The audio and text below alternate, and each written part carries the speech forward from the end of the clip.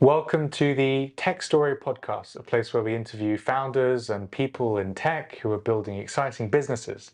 Today, I'm excited to welcome Rayan Bannai on the show. Rayan is the founder of Squared, a company which helps tech companies scale their operations. Rayan, thank you for taking the time for being with us. Would you like to please share a bit of background about yourself and your company? Thank you, Charles, for having me. My journey starts in Bahrain. That's originally where I'm from. I grew up there, and one of my first areas of career was going into logistics. So very far away from where we are today. Doing inbound logistics, I was at airports waiting for containers coming from LA. And then about 8 years ago or so, I moved to the UK. Went into subscriptions and fulfillment, eventually into sustainable logistics, almost like ironically trying to make back all the emissions that I created in the first place, which was really interesting sort of world to be in, accelerated by the pandemic within sort of cargo bike logistics. And today we see them sort of all over the cities, particularly in kind of Europe.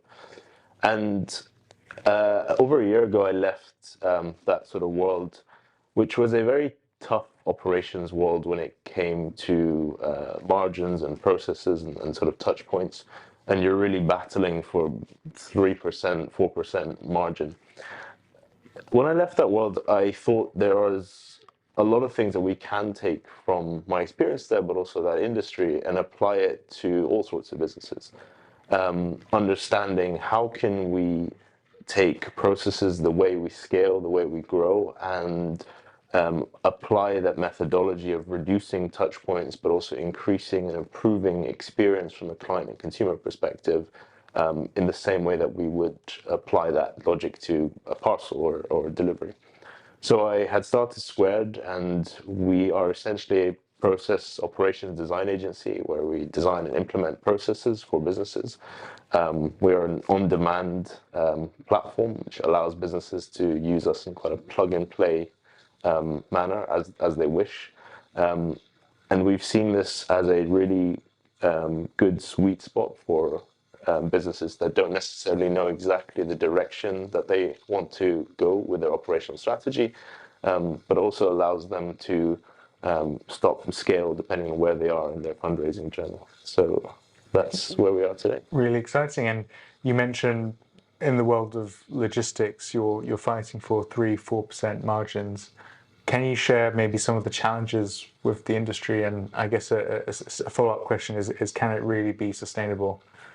Very great questions. I think the first part is logistics as a whole area is fundamentally still quite fragmented and quite broken. The reliance on humans and people is still very high, and with rising wages and costs globally, that's reflecting directly on the costs and the way things are operated. Unfortunately, at the same time, whilst those costs are rising, the demand in terms of how much people are willing to pay is also going down. So we've got a disconnect there already. And that's inevitably coming at the cost of those people that are delivering to our doors day in, day out. So because we're still so reliant in that industry on people, we're seeing a knock-on effect on the client experience. It's one of the lowest NPS industries basically around, right? And we've all experienced what a bad delivery is like, or even a missed delivery, right? Sustainability, it's an interesting one. I've kind of seen and witnessed both sides of it, where there are businesses like the ones that are involved in that are actively trying to change the mentality of big corporations, big establishments, and what that actually means from a sort of supply chain perspective. But it took a long time to actually get there, because the reality is it was still down to cost. And when you pose the question, how much do you actually care about being sustainable, having green credentials when it comes to delivery? Fortunately, for a long time, and still is, the answer was cost first, sustainability next. So we are getting there, and consumer demands are changing. there's just not yet enough sort of governmental push or laws or regulations would say, no, this is how you have to operate. And unfortunately, I think that's what we'll have to get to until there's a real big change. Thank you for sharing the insight. I feel like I've just had a masterclass in logistics and operations. And I guess that's something which we take for granted is for something to go from A to B because the world is complex and A to B can mean many things. You do generally rely on humans, and humans need to be paid, especially, I guess, with the cost of living going up. That increases the cost of humans. So, totally understand why there's that disconnect. And I guess companies like Amazon with Prime making delivery free also doesn't help. Also with those consumer or just business expectations that delivery should be free. Yeah. But great, thank you for sharing. And I guess what's the sort of, you go from this industry to starting Squared. What was the insight, or what was the insight behind starting a new company? Yeah, I think again, taking away some of those fundamentals that I really picked up and learned from logistics is when we empowered couriers and we trained them well and we paid them well and we treated them well as well, it had a really positive impact on the overall efficiency, but really importantly, the client experience that we received as a business. And so when I take that principle of people, efficiency, and processes, and we bring it to today into what the work that we do at Squared in executing and delivering processes for tech businesses, our goal is not to create hyper operational efficiency out of every single process in a business. Our goal is to be able to, yes, create a level of efficiency, but make sure that it's complemented and married up very well with the people experience and the culture that comes out of it. We can create a sales process, for example, which is extremely efficient, which is hyper automated and very task based for a sales rep. However, if their role and their task is extremely mundane, all you're doing is essentially creating consequential KPI somewhere else in your business, which is sales retention of, or people retention of that person, the culture, and inevitably where your business may end up. And so we very much look at all the consequences of all the actions that we make and really want to create a sustainable culture within businesses based on the operational changes that we make alongside businesses. Exciting. And so what do you wish you'd known before starting Squared? I think although I've sort of had businesses in the past within kind of the logistics industry and sort of grown as businesses, I think you learn a lot of things and you don't make those mistakes again. But at the same time, going into this business where we are positioned more as a platform and almost SaaS-based business, it's trying to really dig into understanding the true pain and then the problems. One of the things that has taken us a good amount of time to really get to is being understand how to best position ourselves as a business to really get into the pain points of other founders and other earlier stage sort of businesses. The educational curve as well of being able to think, what do people understand from the word operations, for example? What is your idea? What is your perception of the word operations? So I wish I had that sort of magic answer before we started, which was, what is that one sort of common or one or two common sentences that if I said to someone, everyone would sort of understand? Yes, I totally get that. It's taken us some time to get to that point, but I think we're really sort of hitting that at the moment. Yeah, I agree. I mean, operations can mean many things to many people. And ultimately, when you are prospecting or looking to establish new relationships, it's all about the messaging, and different messaging will resonate with different companies or different personas. And ultimately, as long as you're updating or iterating on that messaging 1% every single time, you do eventually end up in the right place. And what's been your favorite moment so far? I think hiring someone was the first moment where I felt a level of comfort, excitement as well towards there is potentially more to this. When you start off a business initially on your own, it's quite lonely, particularly if you're a solo founder, right? You're effectively trying to find all answers on your own. It's very difficult to find specific people that you can completely trust and engage with, even if they're sort of your closest relations, of course, because sometimes they don't tell you what you should hear, rather what they think you want to hear, right? So hiring that first person was a really key moment for me because it allowed me to really be honest and transparent with somebody, and them to also be honest and transparent back with me.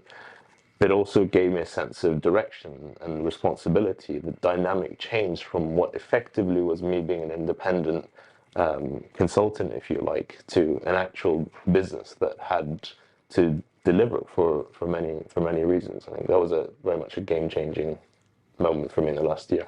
Yeah, the first hire is always special, and you might not get it right, but I guess it definitely feels like going from being a consultant or being just someone who's CEO of a one person company to actually having a proper business. So congrats. Thank you. And you've been doing this, I guess, for just over a year. What's the vision for the next 3-5 years? I think we are very much understanding of the fact that we live in a world where we have to empower our people to make the right decisions and choices and actions, but very much understand and appreciate that technology is not going to just let that happen on its own. And so for us as a business today, the primary factor that we're trying to do is really understand and achieve an understanding of what our businesses fundamentally needing to do more of. How can we increase their productivity? And in the next sort of 12 to 18 months, we are looking to try and build a SaaS platform which would both act as our core product, but also be attached to a human on the other end of it that can still augment the experience that another business could have in engaging with our product. So we really understand and appreciate where technology is going to play its part. We don't feel that all of it needs to be done by people, by humans, but what we do appreciate is that people still like people, and as much as you can throw an AI platform and so forth in front of it, there has to be something that engages, particularly in obviously our use case in our product. I like the using the agency to then build the product. I think is something which isn't something we've done at Legislate, but I know there are many successful businesses that have, and I guess it's a great way to fund product development because it's easier to sell. I wouldn't say it's easier, but I guess some clients are more comfortable purchasing a service than purchasing a product because there is that human element of, at least with the human, you can make sure that you're getting what you're getting or supposed to get, whereas versus a product which might require completely re-engineering so that it sort of meets your needs, and it might be possible, it might not, but there's that uncertainty. Absolutely, and if I add to that as well, is when you have that model and you I somewhat pivot, I guess, into a SaaS, you have built a product based on demanding, paying customers who are telling you exactly what they want on a day-to-day, week-to-week basis, and so you're really well positioned as a business to sort of make that pivot in the longer term. It still, of course, comes with its challenges. You are changing, and I think the important thing is then managing. If you do shift that dynamic, that you don't leave those customers who were your first sort of adopters, early adopters of your business or your product behind, and making sure that they really continue to get more and more value from what you're developing. Absolutely. And so when can we expect the SaaS? Ideally in 12 months' time. But I expect that sort of by the end of this year, we will start to have an early kind of MVP in which we will slowly transition elements of our product. So today, all our clients have access to a dashboard in which they engage and interact with. It's all developed through no code. And at the moment, the technology that we're using internally is for us to be able to understand and learn how we can create internal efficiencies. And across the next 12 months, what we're effectively doing as this platform is to be able to transfer those efficiencies back to our customers, and for them to be able to have that gain rather than us. It's really exciting. And talking of technology, what's your favorite tech product? Oh, is this a hardware or software question? Can be both. I have to say I am quite a basic tech user when it comes to things, and very little, I suppose, is needed to kind of meet and exceed my expectations. I think from a business productivity perspective, we're very Notion centric. Basically, our operating system is Notion. That's where we go to in the morning to start our day, understand what our week ahead looks like. Since I mentioned it, hardware, I am just a massive fan of the Apple ecosystem as a whole.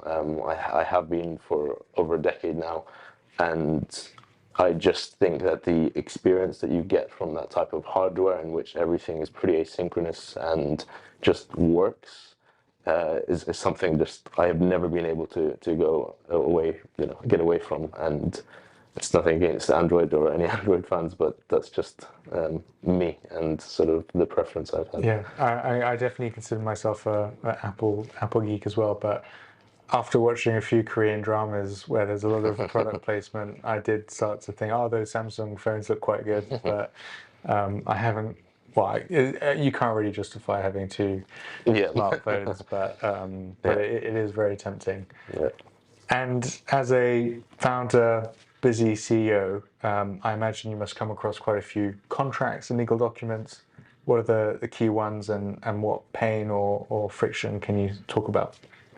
Yeah, I think contracts from right from the beginning was one of the first things which sort of concerned me, I suppose, starting a business. In a lot of previous roles in businesses, we have that classic, here's a template that somebody has from once upon a time. It kind of looks right. Here it is. Let's edit it and send it across to the other person. So, and I knew that wasn't the route, the intelligent or wise route to go down. So I looked for solutions that would be able to provide me that. I definitely didn't have the cash to go straight to lawyer and say, could you draft me an employment contract or a services agreement?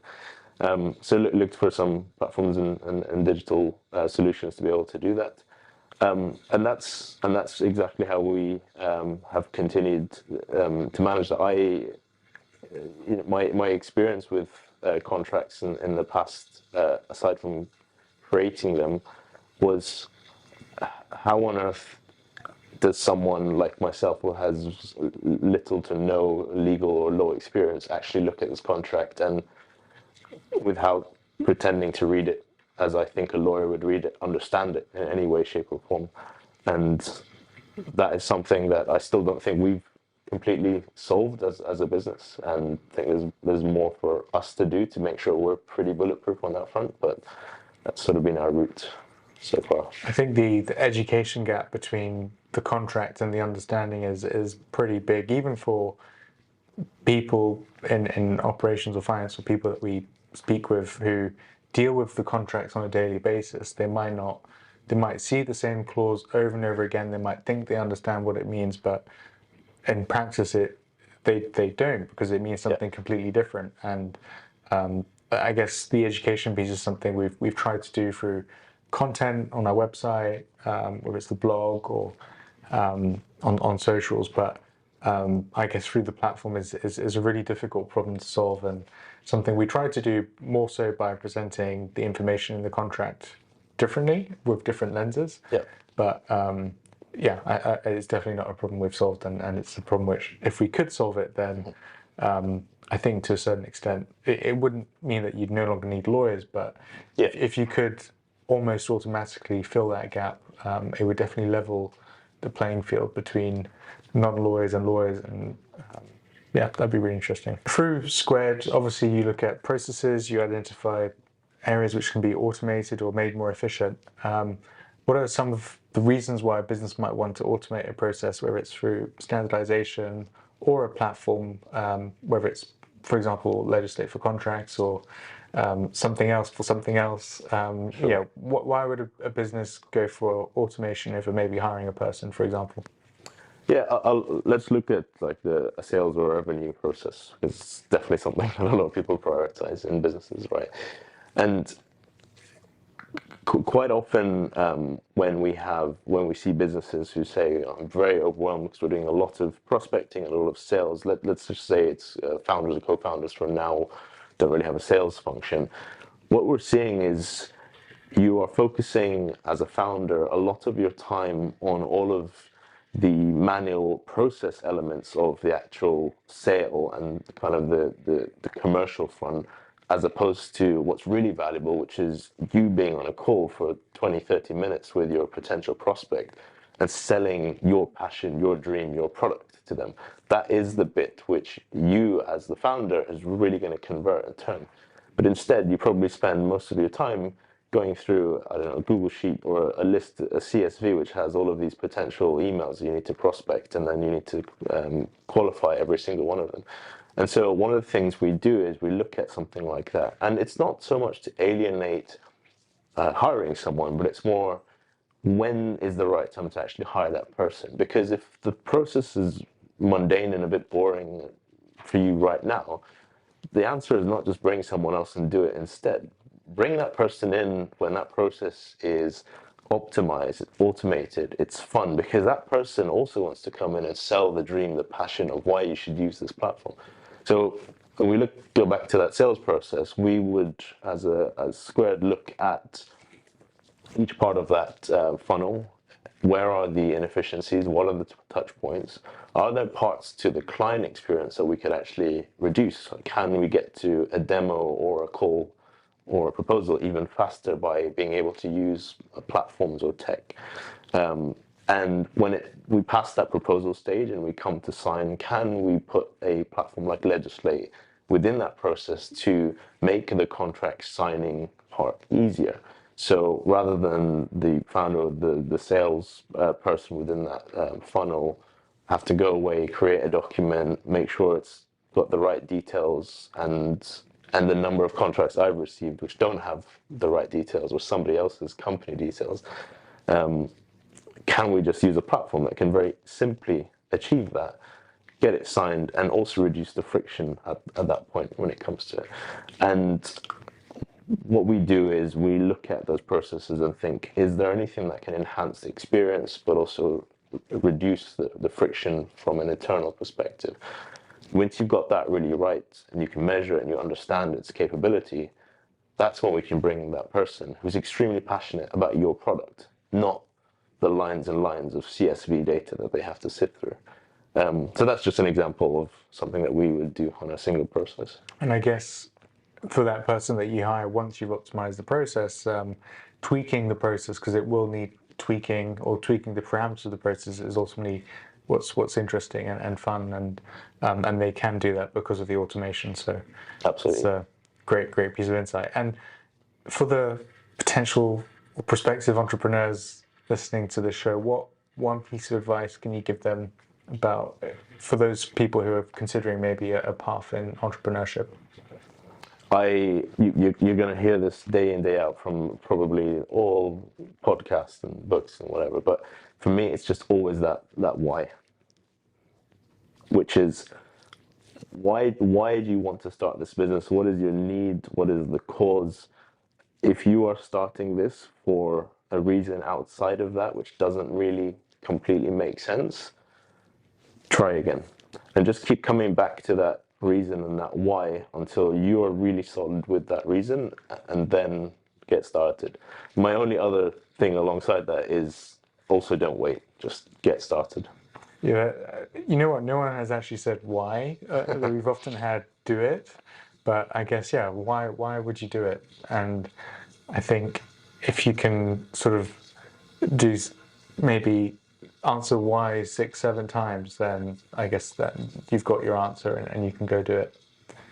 So great. Well, Exactly. thank you very much, Rayan, for being on the show. Thank you. I'm very excited to see this software platform in the works. And yeah, best of luck growing Squared. Thank you, Charles.